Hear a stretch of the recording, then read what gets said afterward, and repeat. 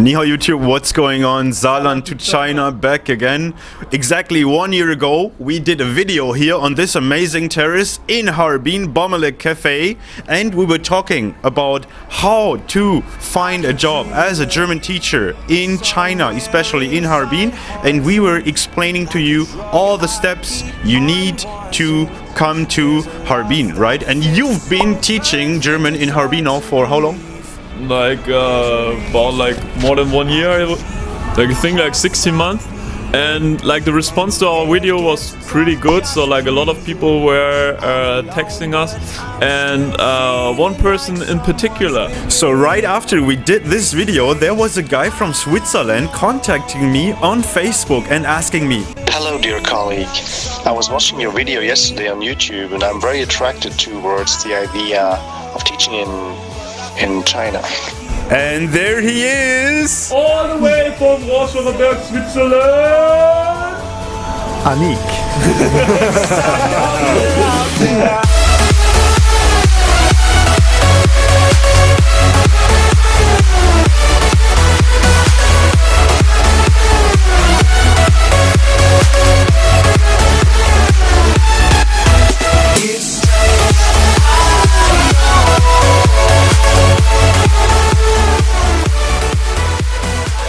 So, Mr. Anik, you finally made it to China. Congratulations! Thank you so much.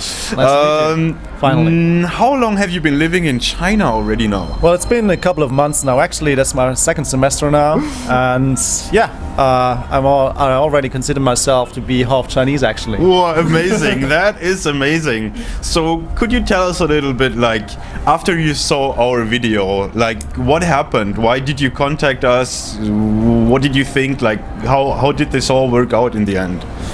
Well, it all worked out amazingly well, actually, because I was looking for new opportunities in my work life and my life in general. I was always interested in going abroad, broaden my horizon. I was not really too satisfied in my former job when I was working as a consultant in a big firm. And yeah, your video, including Lucas, of course, as well. Yeah. Really opened up some doors for me. Yeah, that is pretty interesting. I still remember basically the first day you contacted me on Facebook, and you were like, "Wow, your video made such a positive impression on me. You look so happy with what you're doing, and you look so so full of energy." And I remember you told me, "This is the life I want."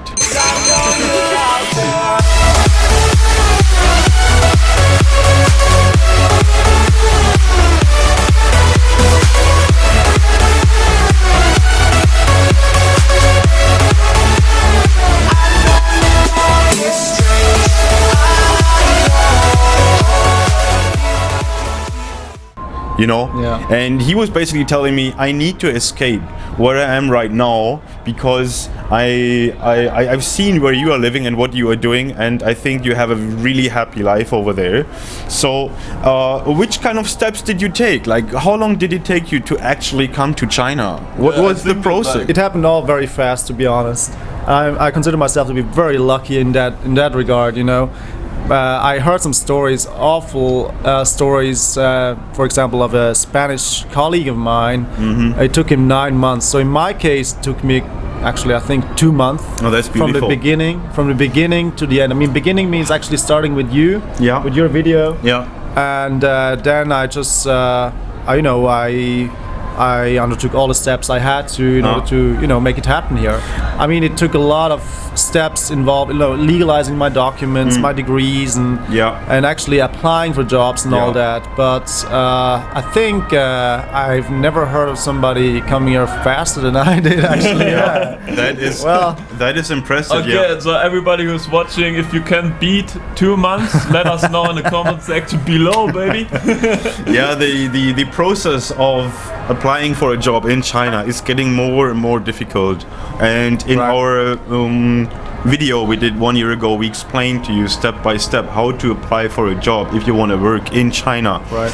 But you did this within 2 months, so this is really inspiring. This means you changed your life within 2 months. And you said, okay, I want to leave my country for a while. I want to go to China and explore the country. Right. And like, what does it feel like to change your life all of a sudden? Like, what was your first impression after you got out of your old habits and out of dive the deep comfort zone. in the new life? Yeah, Absolutely, you left yeah. the comfort zone. Yeah. Well, it was exactly what I was looking for, you know. I was looking for a change. I wanted to go abroad. I was considering options, for example, in Ecuador, Oh, really? Okay. in South America. I also considered places like Oman. So I was really open to different places. And China, of course, I have a long-lasting interest in Asia, Japan, and China in general. Yeah. Because I trained martial arts in my youth. Oh, impressive. And I read a lot about Taoism and Buddhism as well. I was even practicing for a couple of years, meditation that is. And so yeah, for me, China was always a place which interested me.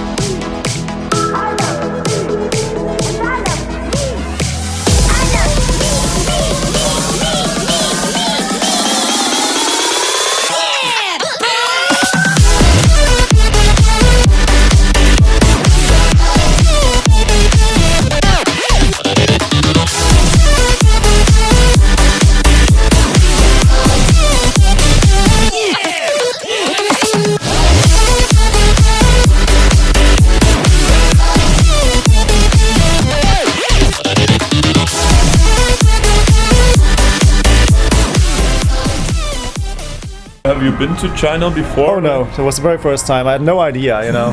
I never set foot into China before. Yeah. So you got your job in Xian, right? Yeah, I live and work in Xian. Yeah. So, and when you like arrived in China, what was your first, your first impression? Okay, so in the beginning I was really overwhelmed. I didn't know this feeling. I've traveled quite a bit in my life so far. I've been to different continents so far, but really, going to a place knowing that you wouldn't go back to your home country within a couple of weeks. Actually, A couple of months even, huh? Yeah. Yeah. So that was really different. Then actually, what was totally overwhelming for me in the first, let us say, 3 days, were the characters, the Chinese characters. Not being able to read the characters, I think that really got me into trouble.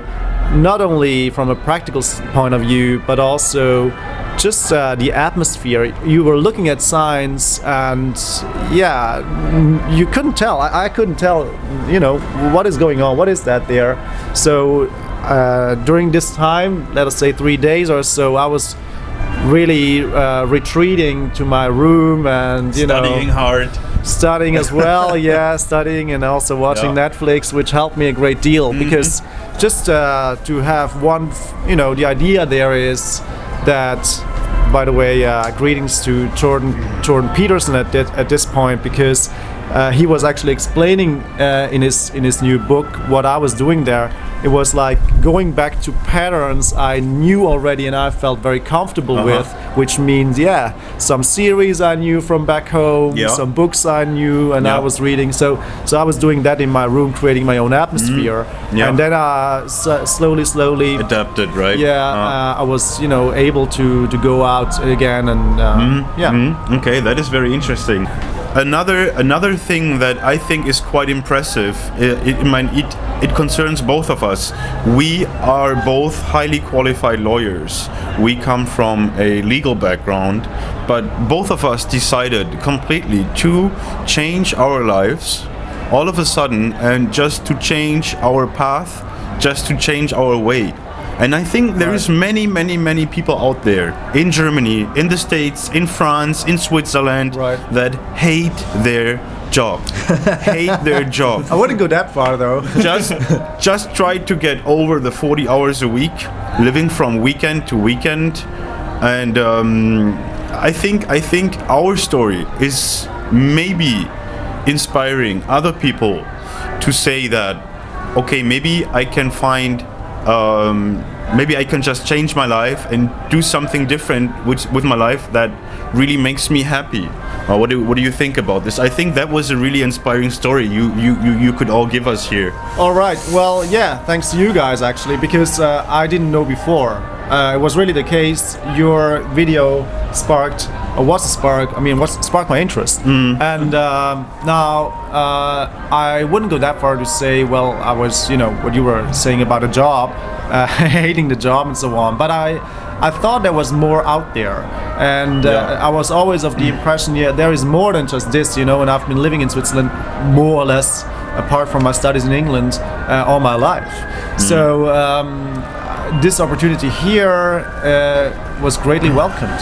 Yeah, I can see that. So for all of you guys who are feeling bored or who are questioning themselves, was that everything, right? And there is a clear answer to this.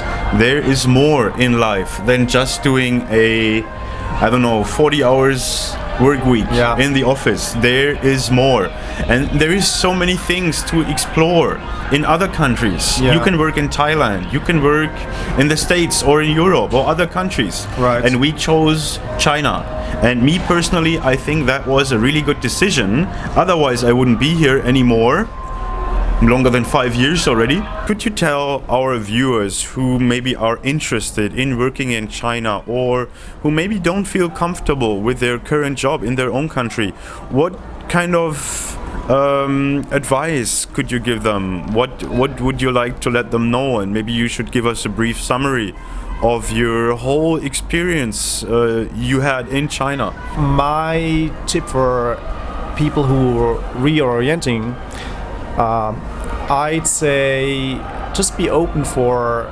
new things. Just be open also for countries and regions of the world which you haven't thought of before, like me actually. So I was not really considering coming to China or Asia, although I love Asia, or I have loved Asia before. But watching this video really made me think of China, and it suddenly was on my radar. Did we give you a good impression of China?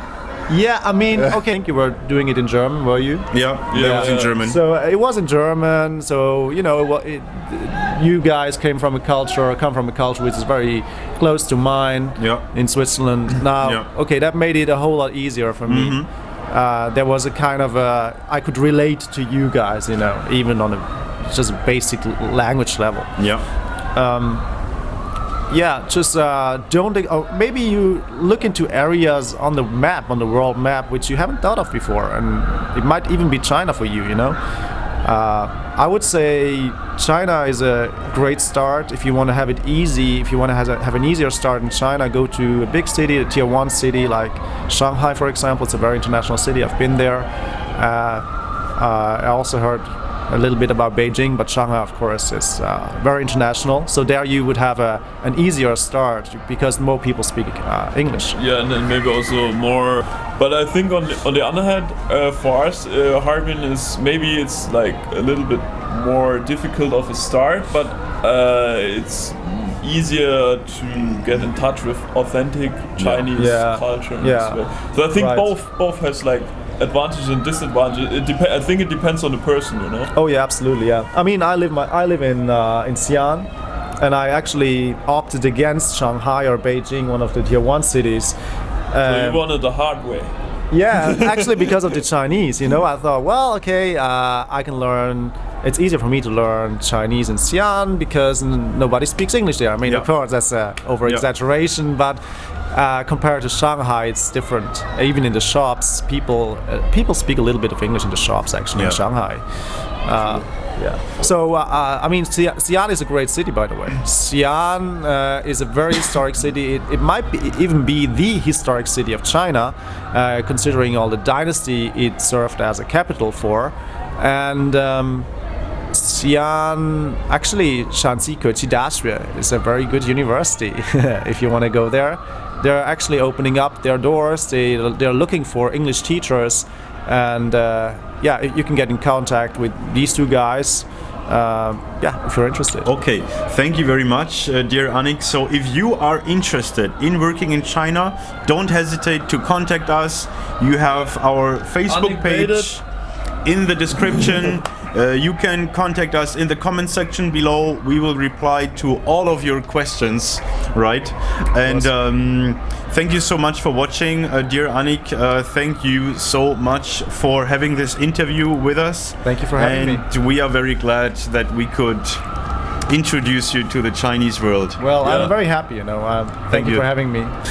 Okay, this said, thanks for leaving a like. And in the next video, Annick will tell us if it was difficult for him to learn Chinese. See you in the next video. Bye bye. 再见. 再见.